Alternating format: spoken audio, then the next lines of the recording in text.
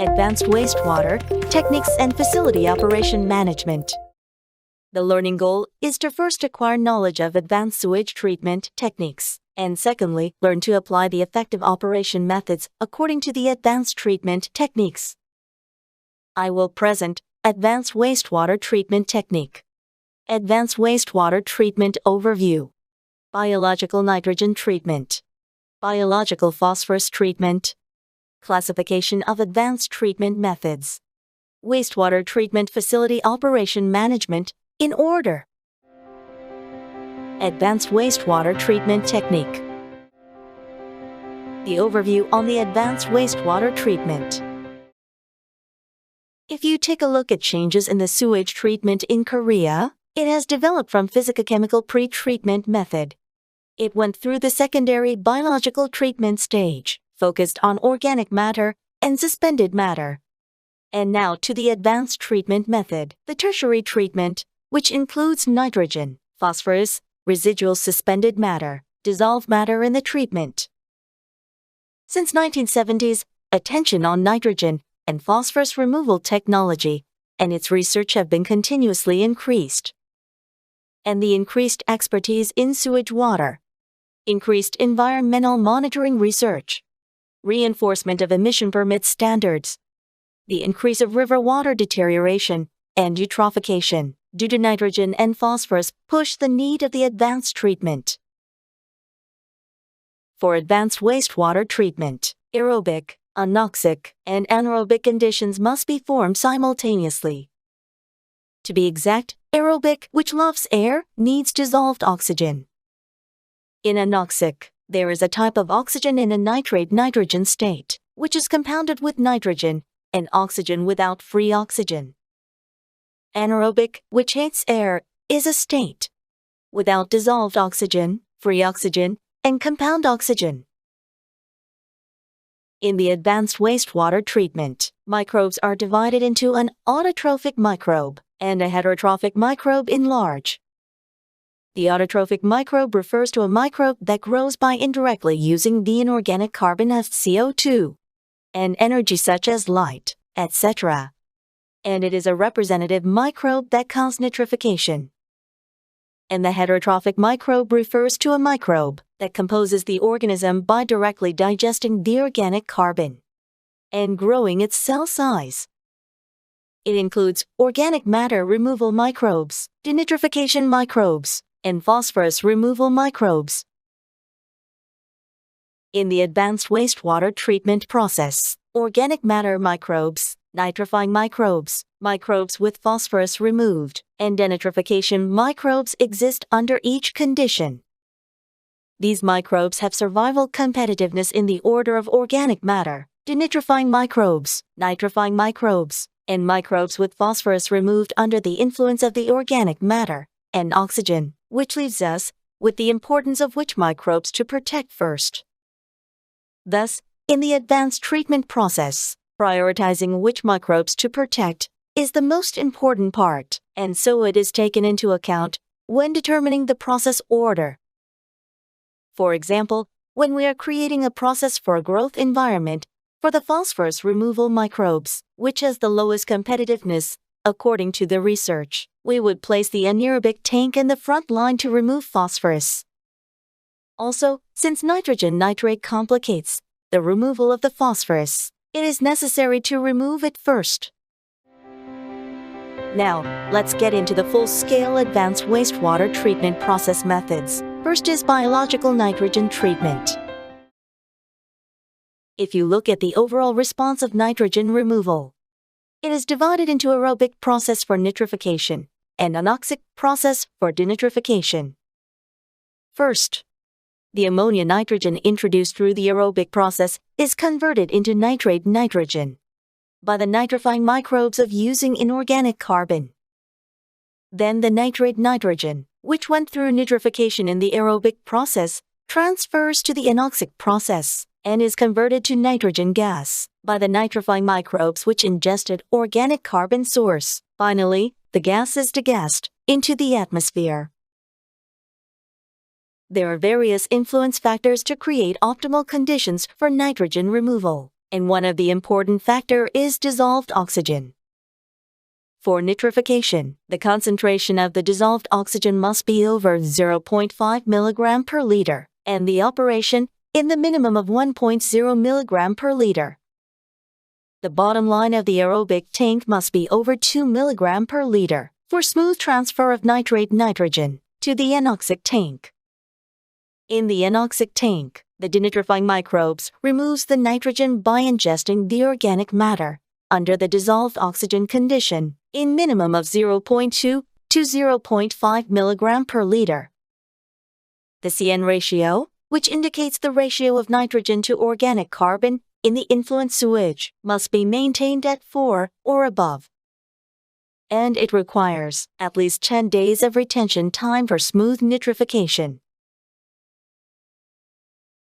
The optimal temperature is 30 to 35 degrees Celsius to activate the nitrifying microbes, and study results show that the nitrification rate reduces in the temperature over 35 degrees Celsius when nitrification reacts in the aerobic conditions. pH drops, however, in the denitrification reactions. It recovers approximately 50%, which will not cause trouble in the process management.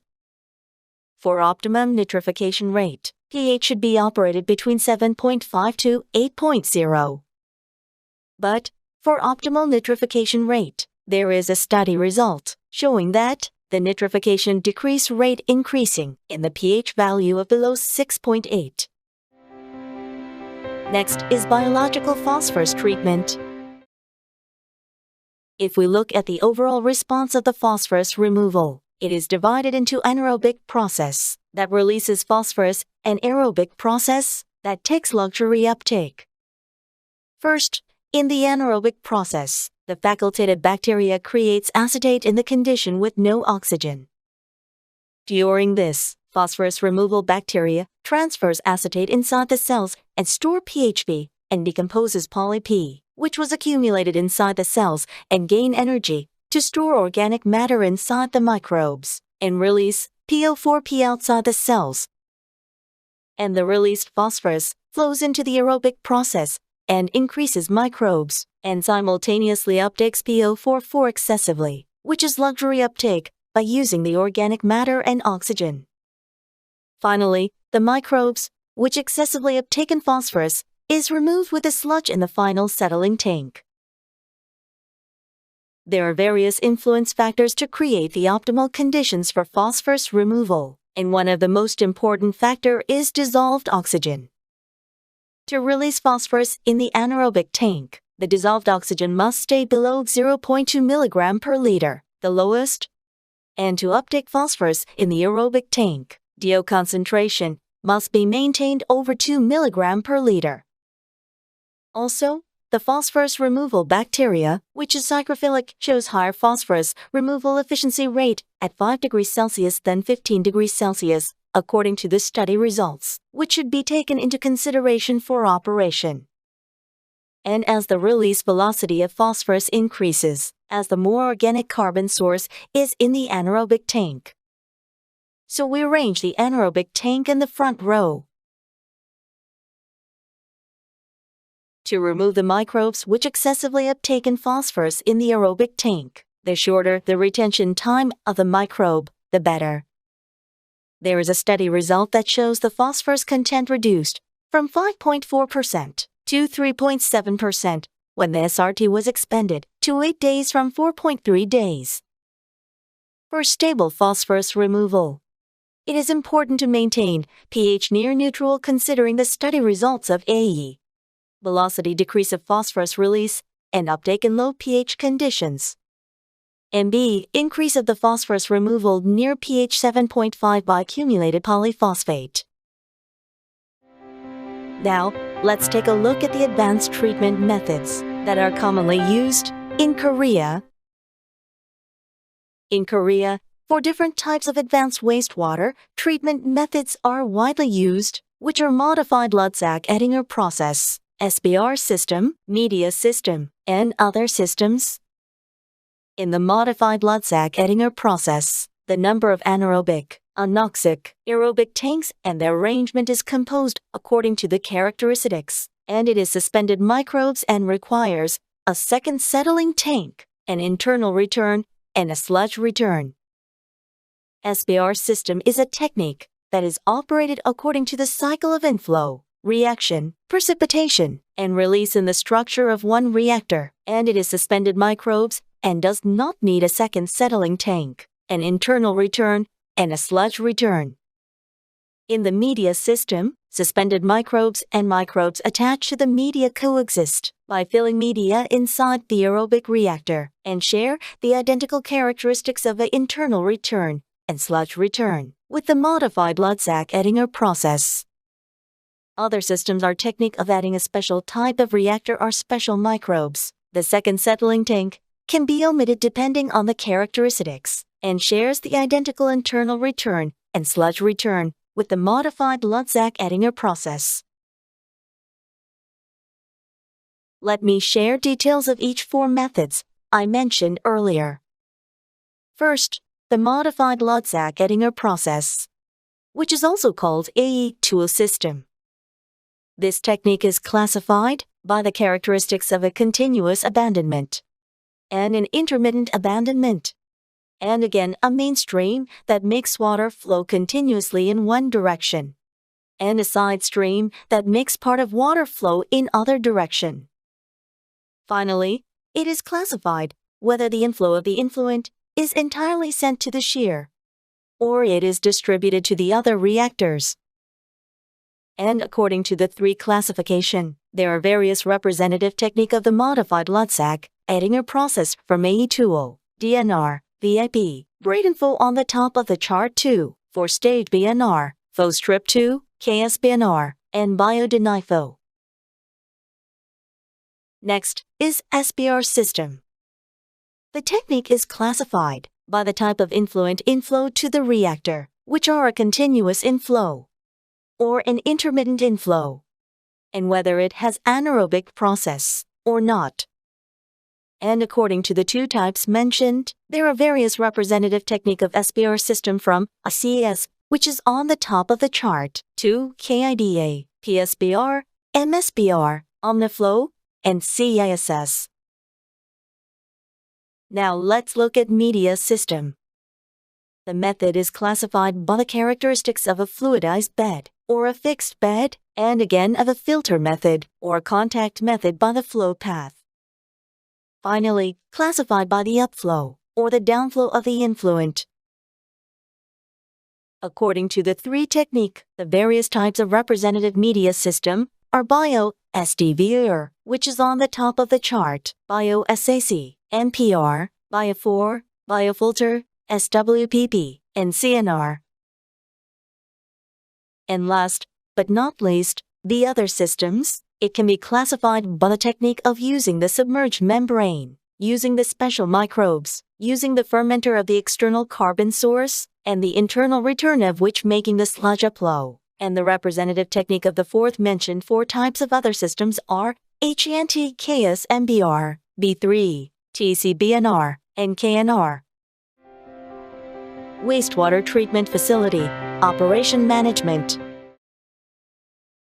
To operate the advanced treatment facility more efficiently, the following needs to be taken into consideration. First, the systematized operation. When the sewage inflow is insufficient to the capacity of the facility, sewage treatment facilities with large fluctuations in the inflow on peak and off seasons, such as tourist destinations, should consider managing rotation systematized operation rather than operating multiple reactors. Second, pretreated water management, which is linked to wastewater, manure, leachate, etc. The total nitrogen and total phosphorus loads should be pretreated up to 10% of the sewage inflow load before linking it to the sewage treatment facility and during linkage process. An automatic inflow measuring instrument for linked inflow water should be installed for efficient operation. Third, the total phosphorus treatment facility maintenance. It is required to devise operation methods, such as jar testers, for phosphorus removal efficiency improvement and optimal agglomeration conditions, and plan to build database for the correlation between flow rate, changes of operation conditions by concentration, and performance of phosphorus removal. Fourth, the stormwater management of public sewage system. For stable sewage treatment facility operation against the inflow of rainwater in rainfall, systemized measures on the pre-rain preparation, measures during the rain, and post-rainfall maintenance should be prepared. And also minimize the effect on the river by disinfecting before releasing sewage water bypassed after the first settling. Lastly, let's look at the operation management elements by unit process. The unit process is classified in grid chamber, first settling tank, bioreactor, second settling tank, sludge treatment facility, and filtration facility.